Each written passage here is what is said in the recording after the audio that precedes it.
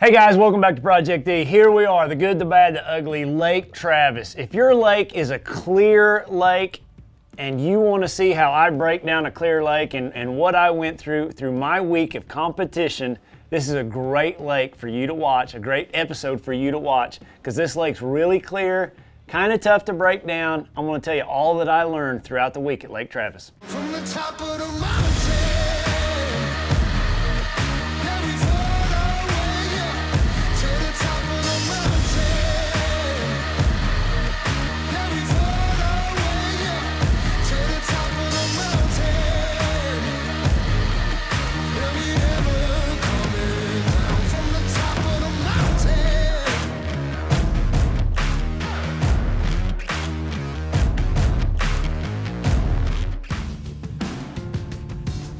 All right, so here we are, takeoff. Kind of a cool deal in the morning. We're taking off right from the dam. Pretty cloudy, as you can see. I really didn't know where I was gonna start. I'm running up the lake and I'm running past some marinas, and in my mind, I was like, man, I really probably should go all the way up that river, use my 30 minutes to get as far up that river as I possibly could. Last minute, I was like, nope, I'm gonna start right here on this dock because this is where I caught my biggest fish in practice. And I caught like a 5-6 pounder. I kept seeing all these fish off this dock. There's about 6 or 7 or 8 of them on my active target. And I threw a football jig to them, and I watched them, and they almost got it. They reacted to it, and they never did get it. And then I threw a spoon out there in practice, and man, I caught like a 5.5, 6 pounder, a really big post-spawn skinny fish. And I was like, man, I'm not gonna run past this dock. I am gonna start here. It's one of the biggest fish that I caught.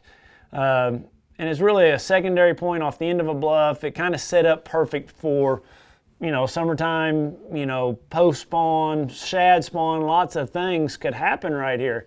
The issue with that shad spawn, the temperature of the water was just not really, had locked into 70, 71 degrees in the morning.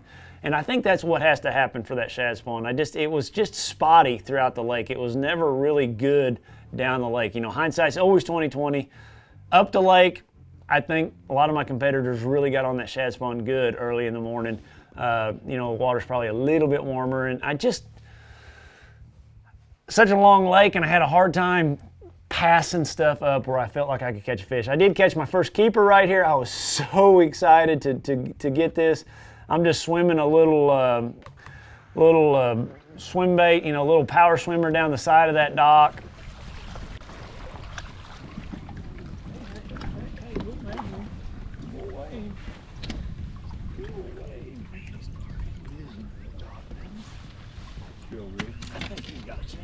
I think he's got a chance. Come on.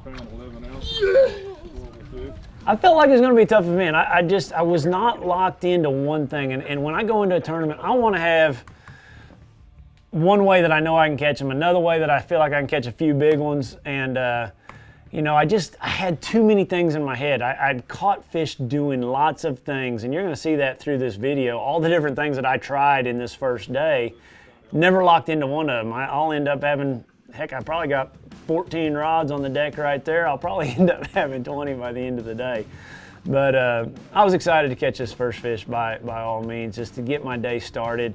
I run back up to this dock right here, and this dock here, I caught lots of fish the last time I was there. And when I practiced on this dock, I caught a scoreable bass that was probably 2.5 pounds on this swim bait, and I promise you, I have an 8 to 12 pounder trying to get it away from that bait. The back on that fish was that wide. It was a monster bass. So I ended up going down through here throwing a swim bait, just a belly weighted swim bait, and trying to catch that big fish. And I ended up catching one right here that's definitely a scoreable bass, super skinny, another post-spawn fish. But I was there was not a shad spawn going on. I mean, I didn't have shad busting or any of that stuff. And in practice, I had that going on here. Kind of frustrated with that. It was just so spotty. It wasn't one of those things you could guarantee, but here's that fish I caught right here. He choked it. I was throwing that bigger swim bait, trying to catch that big one. And when I hooked this bass, it's right where I saw that giant 10 pounder in practice. And, for a split second, I thought, could it be? But it wasn't.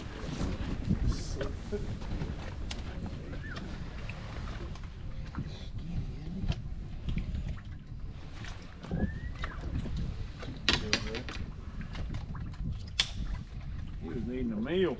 2 pounds, 5 ounces. Scorable bass.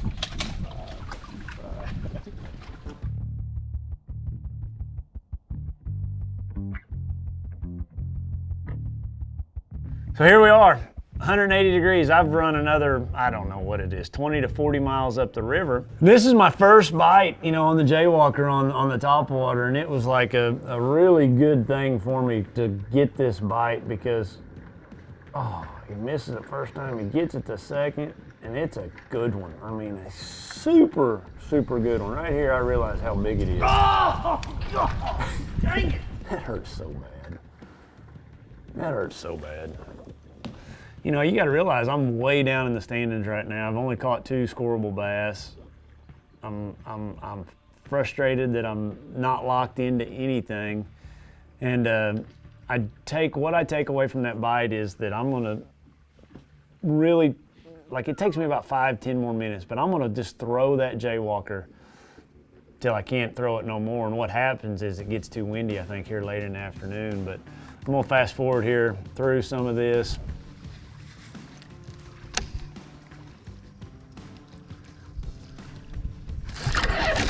Oh, that was a good one too.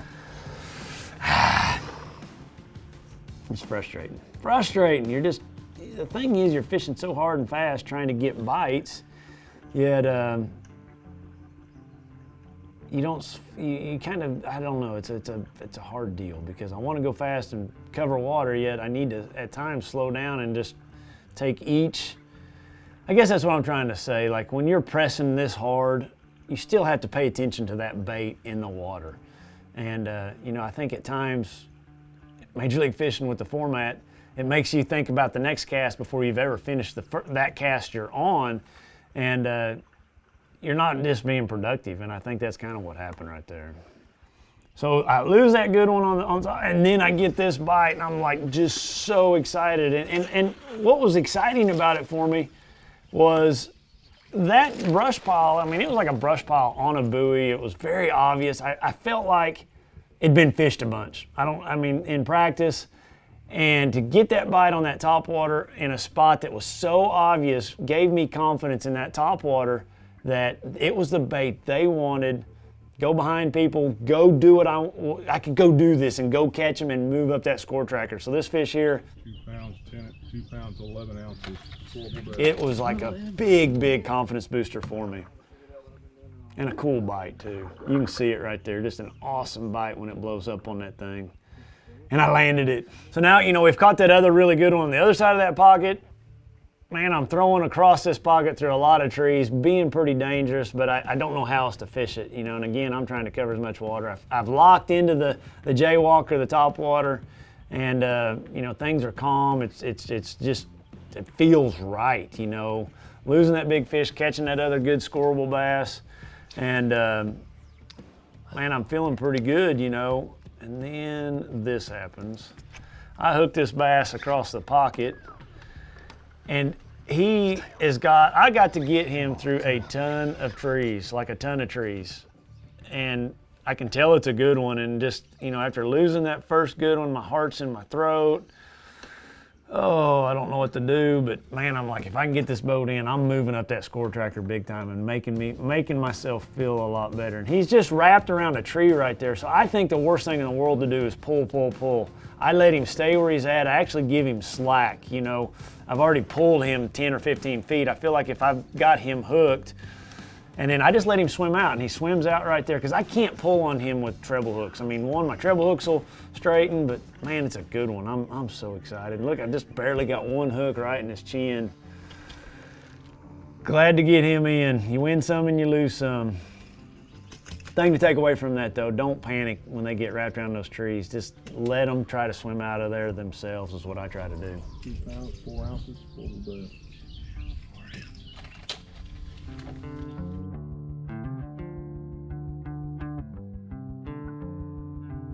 So, you know, you can see the lightning strike right there in front of me. You know, you can hear it. It's, you know, the day, man, as soon as that lightning strikes, you know, they can shut us down because we've got all these iPads. No matter no matter what, you know, and I just think it's the greatest thing ever, you know, with just the safety aspect of it, you know, not only for me, but for my boat official, for my camera guy, all those things. So, you know, it's a pretty neat aspect to be able to shut it down that we've never been able to do in my 20-year career before, you know, because there's guys that'll fish right through that lightning. I was one of them, but if I don't have to, I'd rather not, and it's kind of cool. So we ended up sitting in that dock for probably an hour. Ended up taking a nap, and you know, then they finally called it. That rain and lightning wasn't going to quit till like 7 o'clock that night, and they just called the day. So we lost an hour of fishing, and it was the same for everybody. You know, I think maybe one of the things that I did was I looked at that weather. You know, everybody looks at the weather in the morning, but I looked at the weather and I saw that storm was going to go through, and I made sure that I fished all my best stuff before that storm came through, knowing that our day may be shortened. Let's move on to day 2. So there we are, Ott's giving the morning prayer, and then we have the national anthem. I got a camera on boat because I'm on the cut line. Rick, he's one of the best cameramen. He's kind of a monkey all through the boat. If you watch this video, if we get it all in here, he's just all over the place in this boat at different times. Works really, really hard. But I'm going to start my day, and I'm going to try to start off on the shad spawn, the docks again. Just I feel like that's the best way to catch a big fish. I seen that, you know, 8, 9, 10 pounder there, and we get to running up the lake. Rick's in the middle of the boat, and I go down this steeper bank. In the practice, I felt like I had five waypoints down this outside bluff, and it was kind of a stair-step bluff, and I had 5 really good bites on that topwater, on that jaywalker. I had all the hooks been in. There's no way I could hook them. I saw them. It's super clear water, and man, I go down through here and I don't catch one. I mean, I catch a couple little ones, you know, non-scorables, but I don't catch any of those good ones. I do end up catching a scoreable off this dock right here on that swim bait. So instead of going down the rest of it, I actually had 3 of my 5 bites in practice were on this side of this water pump. 2 of them were on the other side. I think I just I scrapped the plan. I'm like, if I didn't catch one of those 3 down through there, I'm gonna move on. And I'm at that point, I was running up the river, and I'm like, nope, let's pull over here across from the marina where we started and swim that grub. Cause like, I caught some fish right here, had a lot of bites, and I caught them in practice. I didn't set the hook on them, and in the previous time we were there, I caught a lot of fish. And man, so thankful that I get this first bite here, just because, man, I end up like making a big run. Like you guys will see it right here with all these fish catches, you know, throughout the day. It just keeps me from running up that river, because, man, I was like, I can make it happen right here and not have to go anywhere and take a chance that if I get up that river, everything's muddy. I don't know. There's the bite right there. And man, this was huge. This was huge for me in the fact that, we weighed this fish. Hold on, I want to watch this here. Come on, baby, be a heavy. Oh, yes. Yes, we caught a 1 pound 8 ounce. So I put my first scoreable on the score tracker. I'm probably like in 30th place, 35th place. I don't know. I'm way down the deal because I hadn't caught one yet. We're almost 2 hours into the day. So, man, I pull over to this other point right here, and bam, I catch my next one. I get so excited catching a scoreable bass. And again, it just reaffirms that this is good. This is good. I can make this happen. And this is on the swimming bait. So I've got 2 on the score tracker now. Super, super excited. And in the back of my mind, I'm like, maybe I should really slow it down and throw a Carolina rig out there. Football jig would be great, but there's a lot of stuff on the bottom. There's a lot of zebra mussels. A Carolina rig on this lake, in my opinion, is the best option, because it at least allows that bait to be above the bottom a little bit, out of those zebra mussels, and out of that slime. So right there, you can see I actually have to dig this Carolina rig out of the rod box. I hadn't thrown it. I just wasn't in my repertoire. I was really going up the river. And I dig this Carolina rig out, and I immediately catch a few fish, lose a few fish. I mean, it's there. I catch one, not scoreboard, take them off real quick. But man, I am getting a lot of bites on this thing. It's like every cast I get a bite, every cast. I've just got the trolling motor and spot lock right there, and I'm just fan casting across this point, and I can feel it like every time I get in that rocky, I just broke one off. That's so aggravating. There's just so many zebra mussels when you don't know if they're big or not, because those zebra mussels are like razor blades. They will just slice your line like, I mean, it's just crazy. And I just finally had to retie almost every 5th to 10th cast just to keep everything going. There's another one right there. I liked weighing them. It was hard to judge those fish. I don't think I weighed this fish. You can notice, I mean, I haven't moved my boat. Now, a lot of them aren't non-scoreable, and in the back of my mind, I'm thinking, man, okay, so these fish are spawning. I'm catching keepers every now and then. There's a really nice one right there. 1 pound. 1 pound, 12 ounces. You know, male bass that I feel like any minute throwing this out there, what I'm doing, I catch a I said it right there to the camera. Any minute I feel like I can catch a giant. When you Carolina rig offshore spawning fish, we've done videos on it. I'm gonna catch me a big one. Well, let me tell you, it doesn't happen. But I do catch a bunch of fish today and a bunch of scorables that allows me to make it to the next round. And it ends up I'll catch, you know, 2 or 3 right here.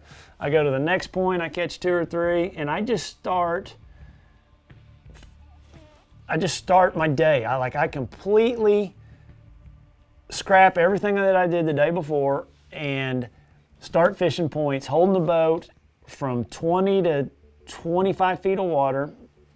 And man, a lot of times I'm fishing off the back deck like this just so I can make sure I get a good hook set. You know, I got the power poles, got a cameraman, you know, because I've got the boat facing in the wind, and I want to throw, you know, there's another squirrel bass right there that, or maybe not, but another fish. So I'm just getting lots and lots of bites. So I just scrap it all. I look at my C-map and I start fishing those points secondary points, little points that are flat. It was steep, come out to a flat, then drop back off. And it'd be an area that I felt like bass would spawn.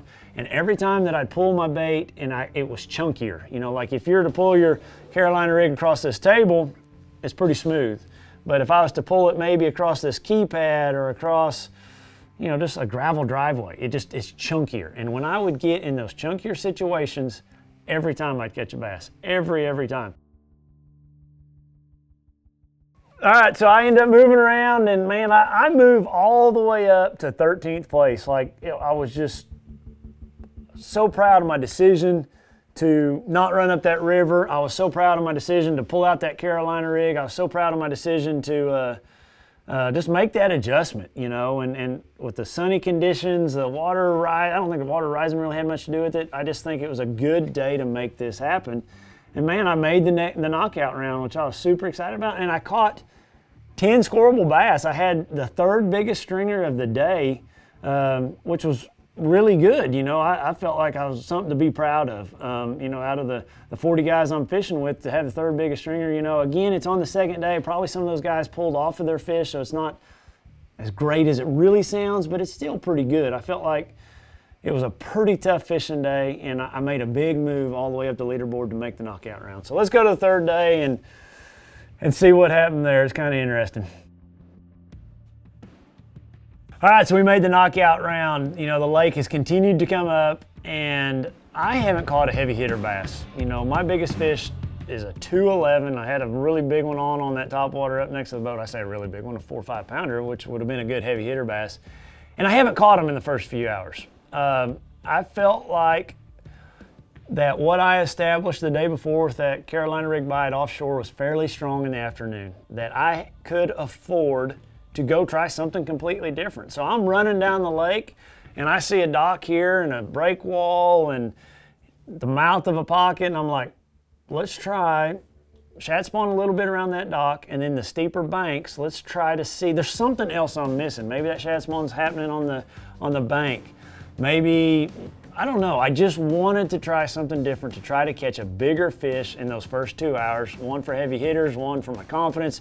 There was something I was missing, and I didn't know what it was. I didn't know. I didn't. So this is not very far up the lake, and still in the really clear water.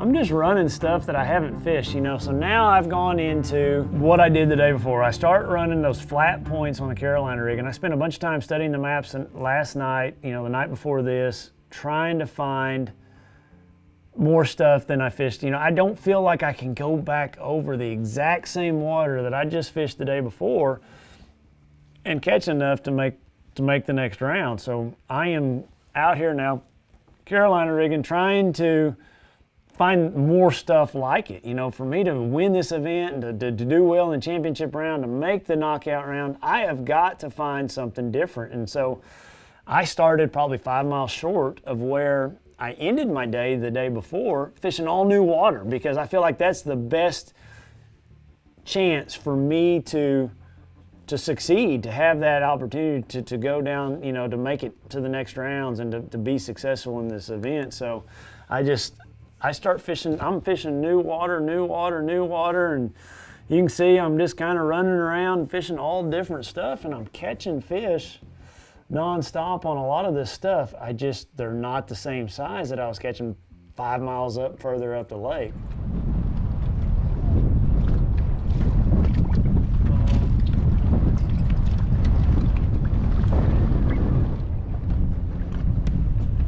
On the board. Took forever for that scale to lock in, but man, I finally got on the board. I was just so excited.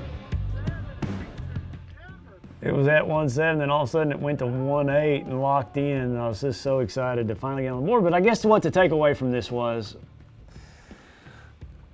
I tried that new section of that lake all morning and it didn't pan out, and caught a lot of fish in that section, but they weren't, for whatever reason, these fish right here in this section are a few ounces bigger, which is what I needed, to get a scoreable bass. So I catch that one, and I turn around literally, and not too many casts later, finally caught a better than average one, a little bit over 2 pounds, right here again on a spot that I fished the day before. So I'm learning all the time in this stuff, guys. I mean, I'm pretty hard-headed in trying to find new water and more water and better water. I feel like that's how you win. But man, just excited to get 2 fish on the board. I'm thinking, man, I can still make this happen. I felt like I still had plenty of time, as many fish as I caught the day before, to make a good run at this. And as I fast forward here through the rest of my day, I fish all this stuff around here, and it doesn't really happen. I can tell I'm not getting near as many bites as I was the day before, and I think that's just a case of fishing this stuff so hard from the day before. Guys, this is brutal to watch. At the time, I feel like this is the best case to get back into this ball game. The bite slowed down, I felt like, for most people in the afternoon, and the day before I had a really good bite in the afternoon. So I feel like this is the best way for me to get back into the ball game. And you can see here, I am catching a ton of fish, like all kinds of them. Just frustrating not to get scoreable bass. And I continue to throw that Carolina rig the rest of the day, because I feel like, one, it's the best chance I've got to get a heavy hitter's bass, and two, it's the best chance I have to get back into this ball game, to make a run, to make the championship round, because, in reality, it only took 17, 18 pounds to make it. And, I finished with 5 pounds, 10 ounces, and, you catch a couple big ones, you're right there. You catch, 5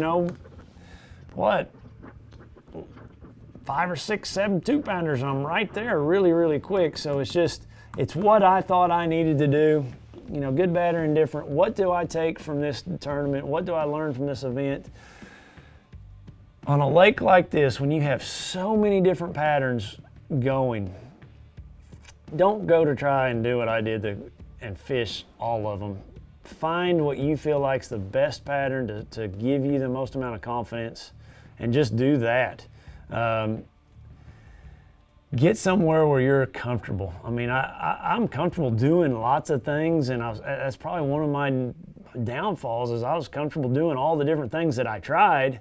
I just never pushed one of them. And in an event where it doesn't take a whole lot of weight to do, to make the next round, just do any one of them and push it all day long, I could have made that next round. Now, to win that event was going to be a little bit different story. What I did wrong was I fished too deep.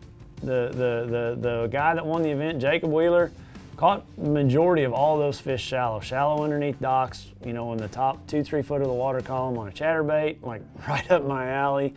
Caught some on a topwater, Bobby Lane, guy that finished second with just a few ounces, he was fishing those marinas later in the day. I didn't ever try a marina later in the day after the sun got up.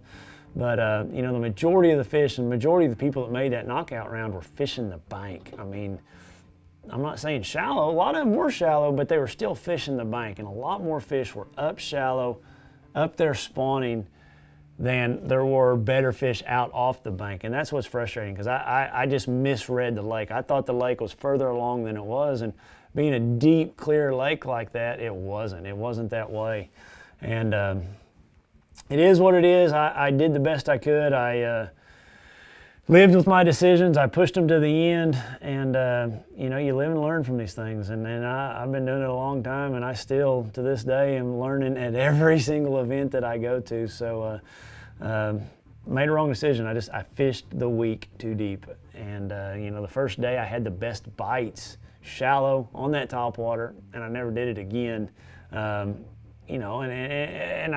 thing that happened the second day, catching all those fish and having one of the biggest stringers of the day, just was actually misleading. It's hard to believe that you have all those bites, but it misled you. So it is what it is. So my power stop breakdown of my gear, that swim bait, I was throwing it on a 1/4 ounce head, 3-3 little power swimmer, biting the first part of it off to make it a little bit shorter, probably about 3 inches. 8-pound fluorocarbon tied to a 10-pound leader. I think that's a 7-1 medium action rod that I got that on, platinum rod, 6-to-1 gear ratio platinum reel. Caught some fish on that, really got me going. The other bait that I caught some fish on that was good for me this week was a jaywalker, just a bone color jaywalker. I like bone. It's just, if I was to ever choose one color topwater, it's going to be that bone color. I can use it in dirty water. I can use it in clear water. But I've got that tied to a 30-pound braid. I've got it tied directly on. It's the big size jaywalker, the 120. Obviously, high-speed reel, a 6.9 medium action platinum rod. The other bait that I caught some fish on this week, that had that big second day, was that Carolina rig. I was just throwing 17-pound Bass Pro fluorocarbon to a 3/4 ounce weight, I settled on a 14-pound fluorocarbon leader, a 2-aught hook, and a Berkeley lugworm. It's just a French fry style bait. It was green pumpkin. I actually ran out of green pumpkin going into the knockout round. I don't know if that had an effect, kind of bothered me. I had to go to like a green pumpkin purple, which was a lot lighter color. But that was my setup. That's my power stop breakdown of the baits, that played for me this week. There's obviously a lot of other ones on my deck, but those were the baits that put the majority of the scoreable bass on the score tracker for me. I hope you guys are enjoying the channel. Hope you guys are enjoying these recaps and learning from my mistakes and applying it to your everyday fishing where you're living and on your lake.